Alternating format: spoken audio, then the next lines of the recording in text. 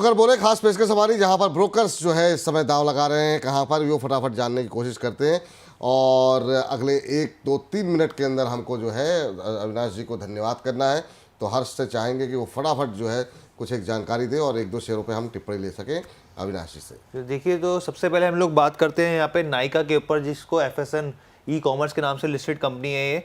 अब ब्रोकर जो है मॉर्गन स्टैनली है, उन्होंने कॉल जो है ओवरवेट का दिया है और जो टारगेट है वो 200 रुपये दिया है।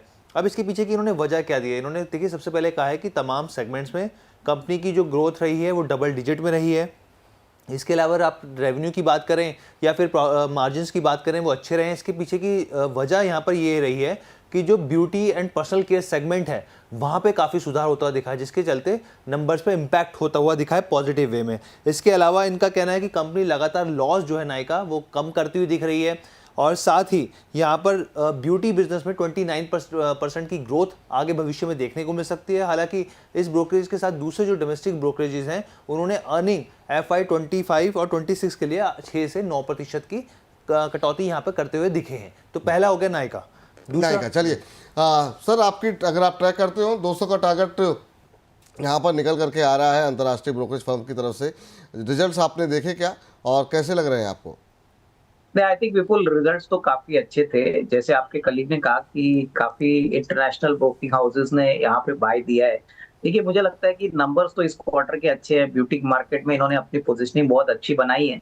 मुझे लगता है कि करीबन 190-195 का नियर टर्म का टारगेट जरूर बन सकता है, क्योंकि बहुत समय के बाद नंबर्स तगड़े आ गए हैं। आने वाले समय में भी होपफुली जिस प्रकार का मार्केट ग्रोथ हो रहा है, आपको एक अच्छा रिस्क रिवॉर्ड मिल सकता है।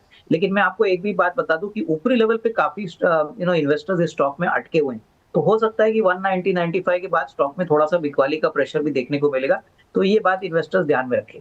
ठीक, ध्यान रखें 190-95 के आसपास जो है थोड़ा प्रेशर देखने को मिल सकता है। जी हर्ष जी, उसके बाद गोल्ड फाइनेंस कंपनियों के ऊपर CLSA की रिपोर्ट आई है। हमने 2 स्टॉक लिए, मुथूट फाइनेंस और मनापुरम फाइनेंस लिमिटेड।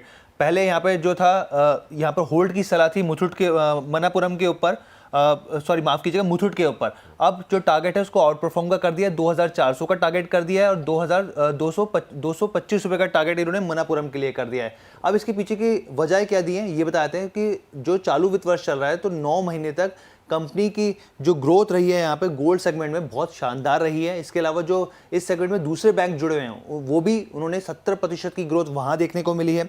गोल्ड में मोमेंटम जारी है, जिसका फायदा कंपनी को होता हुआ मिलेगा। इसके अलावा साथ ही जो पीयर्स पे कई तरह की जो रिस्ट्रिक्शन है वो भी एक माइलेज के तौर पे यहाँ पे देखने को मिल सकती है। इसके अलावा जो रिस्क यहाँ पर क्वालिटी रिस्क जो थी यहाँ पे एसेट क्वालिटी रिस्क जो थी वो भी सुधरती हुई दिखी है। साथ ही रिटर्न ऑन इक्विटी भी बेहतर होता दिखा है। ये गोल्ड फाइनेंस कंपनी पर नजरिया है CLSA का। CLSA का मानना है। अभी थोड़ी देर पहले ही चर्चा कर रहे थे यहाँ पर सर जो है इस पर जो है सर आपकी राय क्या होगी, क्या करना चाहिए? जी बिल्कुल बिल्कुल, जैसे मैंने आपको बोला कि देखिए गोल्ड फाइनेंस कंपनीज का समय अच्छा आ रहा है। मोस्ट इम्पोर्टेंटली मुथूट फाइनेंस मुझे लगता है कि सबसे बड़ा गोल्ड फाइनेंस कंपनी है इंडिया में।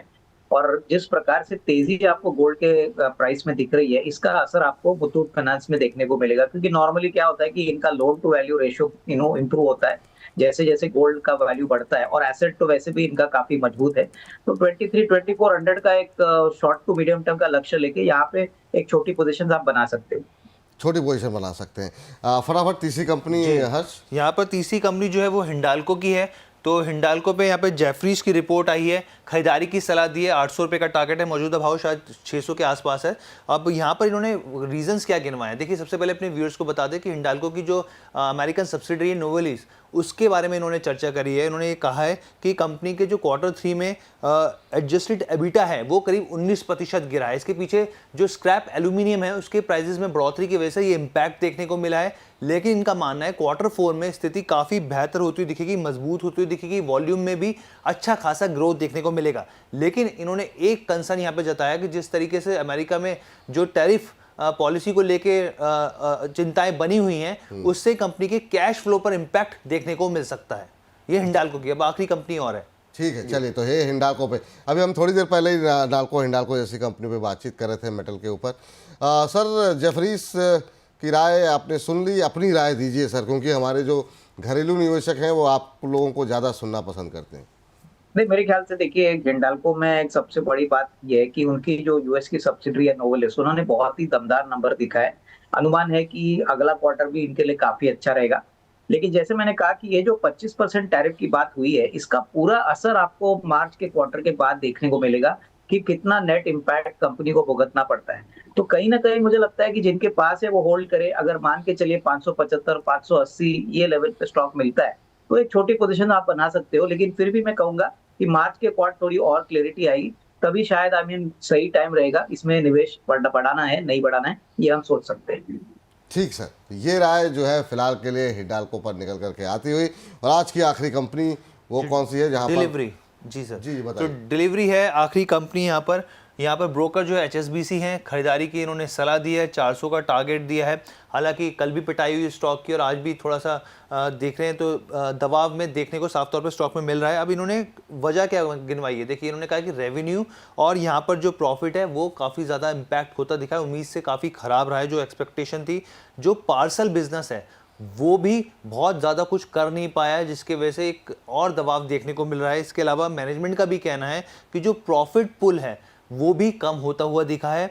साथ ही यहाँ पर FY26-27 के लिए एबिटा जो है वो 12 से 13% के लिए यहाँ पे कटौती कर दी है। हालांकि जो मार्जिन्स है भविष्य में यहाँ पर जो ब्रोकरेज का कहना है धीरे धीरे सुधार होता हुआ दिख सकता है। धीरे धीरे सुधार होता हुआ दिख सकता है। जब तमाम चीज़ें नकारात्मक हैं तो फिर आखिर में बाय कॉल और 400 का लक्ष्य भी यहाँ पर दिया गया है, वो थोड़ा सा सरप्राइजिंग है। लेकिन 5 दिन के अंदर 11-11.5% का नेगेटिव रिटर्न सर डिलीवरी के अंदर देखने को मिला है। आप कैसे देख रहे हैं रिजल्ट्स के बाद, क्या यहाँ पर पोजीशन होनी चाहिए या नहीं? नहीं, विपुल जी, मुझे याद है जब इस कंपनी का पब्लिक इशू आया था तभी काफी बड़े प्रीमियम पे शेयर को लिस्ट किया गया था। लेकिन उसके बाद कंपनी ने कभी डिलीवरी और परफॉर्मेंस डिलीवरी नहीं किया है। तो मुझे लगता है कि देखिए ये जो गाइडेंस अभी मैनेजमेंट ने दिया है कि प्रॉफिट पूल भी कम हो रहा है, मार्जिन में भी थोड़ा सा कटाई हो सकती है, तो इसके पॉइंट ऑफ व्यू से मुझे लगता है कोई जल्दबाजी न मत करिए। हालांकि स्टॉक 10-11% गिरा है तो एक शॉर्ट टर्म में बाउंस जरूर देखने को मिलेगा। लेकिन इनका पोजीशनिंग मेरे ख्याल से तब इंप्रूव होगा, मार्केट में री-रेटिंग स्टॉक में तब आएगी जब ये वापस प्रॉफिटेबिलिटी पे कंसंट्रेट और फोकस करेंगे, जो मुझे लगता है कम से कम अगले 3-6 महीने में होने वाला नहीं है। तो at least fresh buying current price पे ना करना चाहिए। जिनके पास है वो होल्ड करे, क्योंकि कंपनी काफी प्रोमिनेंट लॉजिस्टिक प्लेयर है। बट फ्रेश बाइंग मेरे ख्याल से मार्च के क्वार्टर के बाद ही हम डिसाइड कर सकते हैं। मार्च के क्वार्टर के बाद ही फ्रेश बाइंग करने की सलाह यहाँ पर है। ये फिलहाल राय इन तमाम शेयरों के ऊपर निकल के आ रही है। हर्ष, थैंक यू, बहुत बहुत धन्यवाद आपका ये तमाम अपडेट्स लेकर के आने के लिए, बताने के लिए कि ब्रोकर्स जो है इस समय कहाँ पर बुलिश या बेरिश हो रहे हैं। तो फिलहाल के लिए हमारे इस खास सेगमेंट ब्रोकर्स बोले में इतना ही।